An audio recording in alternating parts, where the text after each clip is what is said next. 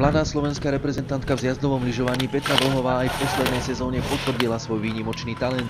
Na prvých zimných olympijských hrách mládeže vyhrala slalom a z juniorských majstrovstiev sveta si priniesla bronz. Dá sa povedať, že sú to tak narovnako tie medaile, si ich vážim aj z olympiády, aj z MSJ.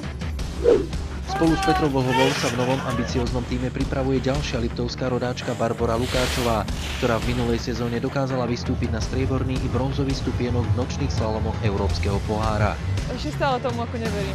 To sa nedá ani opísať, tie pocity, ktoré boli po preteku, pred pretekom, ako úžasný pretek vôbec.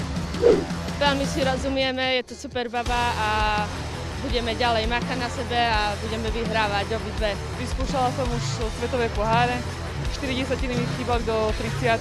Zmenila prístup, zmenila myslenie, určite nepovedala ešte posledné.